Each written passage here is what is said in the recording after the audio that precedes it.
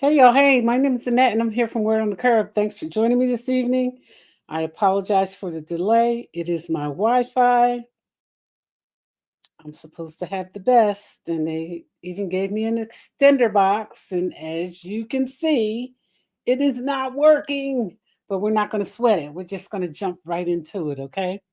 So if you just give me a second here so that I can turn off all of the noise after having had to make several calls the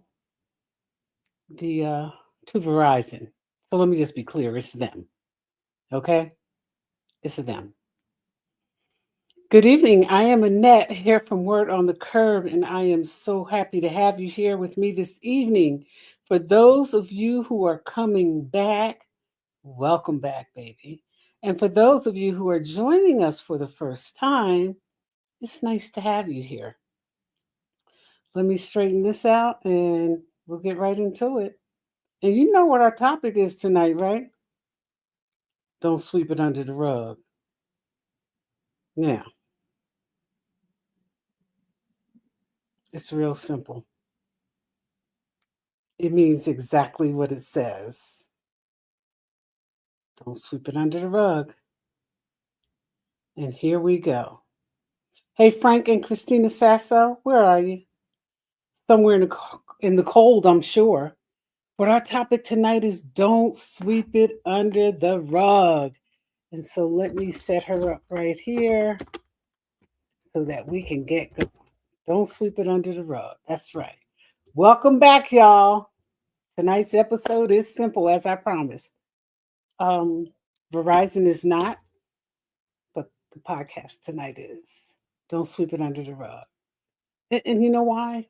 It's real simple. I'm bringing you experience, strength, and hope. Don't sweep it under the rug because sweeping it under the rug only makes under the rug stink. That's right. It stinks. Doesn't smell good, doesn't look good, doesn't act good because, baby, this is my college t shirt. ECSU. Don't sweep it under the rug.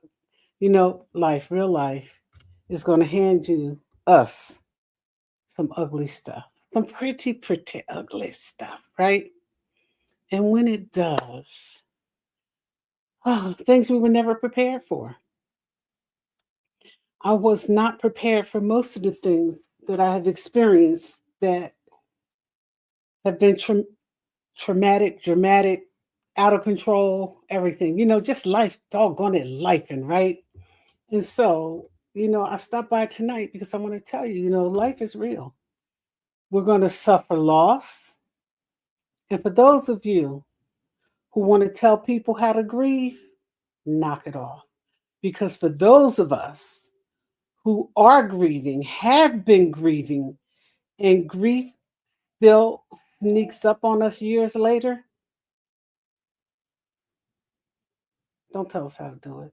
Until it taps you on the shoulder, just be quiet. That's a message for everybody. Here's another message for everybody. Look, drink water or tea,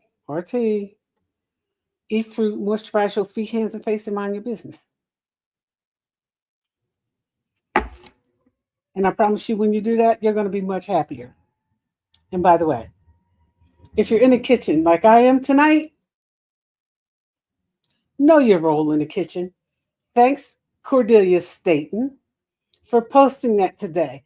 Some of you need to understand that your hands have no business on the pots and pans.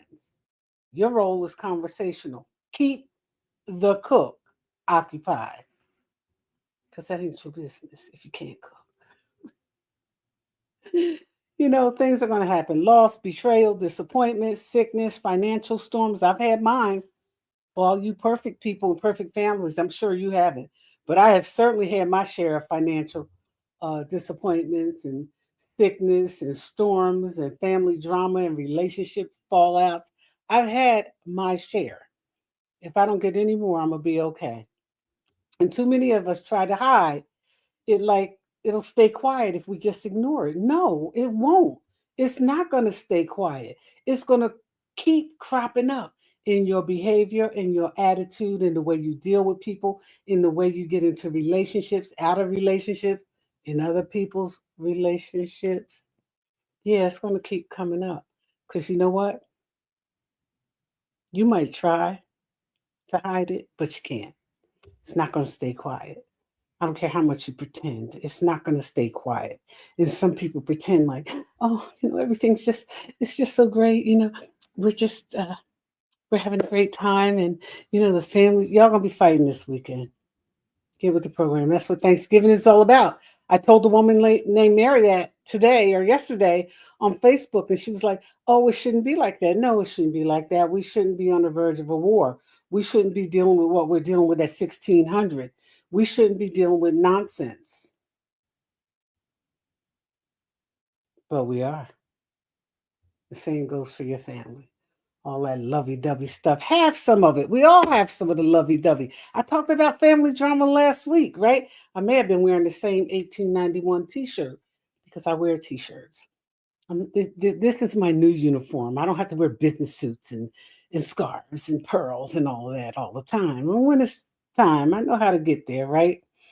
But listen, anything you sweep under the rug does not disappear. I want to be clear about that. It grows, it settles in, it spreads, and one day you'll trip over it.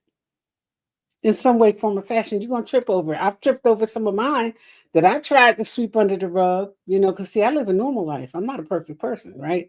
I'm a real person. I'm a person that is of good character. I can be trusted. That's right. Not just with my own stuff, but with yours too. Because there's a lot of stuff I could have told, but I didn't. Because it wasn't mine to tell. And eventually the truth always comes out. But the truth is life. The truth is life is going to life. It's going to life. Your life, my life, their life, our life. All those people you look at on social media who appear to be like so very, very successful and happy and carefree. They're not. They're living life too on life's terms. But social media is Hollywood. Don't forget that. You'll trip over that stuff you kicked under the rug in your own living room or bedroom.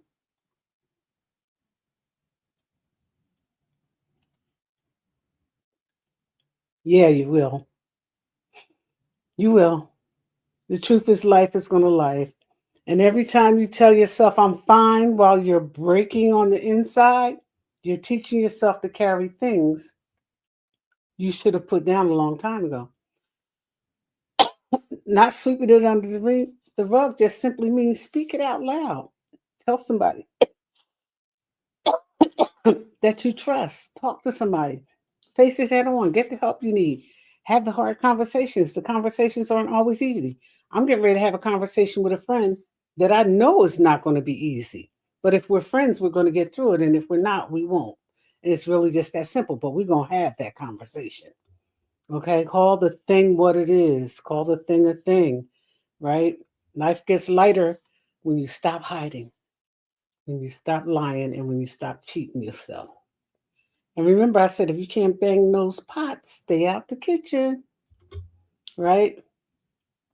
When you stop hiding what hurts you and start healing what's real. The stuff that goes on in our everyday life. And let me be clear, healing is not pretty, it's not perfect, it's not instant, but it is worth every single time the effort. It's worth it. Just try. So tonight, if you're listening and life has handed you some crap, something heavy, don't push it away. Don't minimize it and don't bury it under a rug that's already full, because we sweep a lot of stuff under the rug. Who we are, where we are, what we're doing, and who we're doing it with. We sweep it under the rug. But I'm going to tell you something. That rug gets full, and eventually you're going to trip over it. Pick it up, look at it, handle it, and understand that your peace depends on it, right? This is Word on the Curve reminding you ignoring a problem is not going to make it go away. It never fixes it. It never fixes it. And the more water you drink, the more your skin hydrates, especially at my age. But facing it That's where the real breakthrough comes in. That's where it begins. Stay tuned. This is a short message because I got to go bang those pots. That's right. And I also have the conversation sitting on the side to help me get through it until about 2 or 3 o'clock this morning when I finish washing it, chopping it, steaming it, and baking it. Those pots, I love them. And I know you do too. I'm wishing each and every one of you, no matter where you are, a wonderful Thanksgiving. And I'm wishing you each an opportunity to heal or at least begin the process. It's not perfect, it's one step at a time, one day at a time. And baby, what doesn't apply, let it fly. But try living life, on its own terms. It works better that way because guess what? You can't invent the terms anyway. You can't change life. You can change what you do in life, but you can't change what life throws at you. The perfect people might think that they can, but those of us who are normal, we know better. You're going to have trials, tribulations, bad relationships, family drama, children who are out of control. You give them the best that you got, and they throw back whatever is not. That's right. They just throw it back. That's all of our kids. So, for those of you who are pretending your kids are so great and they're just doing such wonderful things, they're living. And most of it you don't know anything about. Drink some water or tea, coffee or juice. Mind your business and don't forget to moisturize.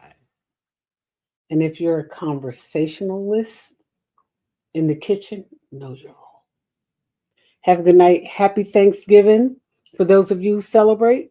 And for those of you who don't, Thanksgiving is really just a time for us to get together and hash out our family drama and eat some good food at the same time. That's what it's about. Enjoy it. Life moves quickly. And next Thanksgiving, some of those people that you're sitting with that you can't stand won't be there. Don't worry about it. Just live and treat people decent. If it's in you, some of you don't have it in you. Some of you do. But whatever you do, remember this: life is going to life. Have a good evening. Family drama, life, and that rug. Watch it before you slip on it. Good night.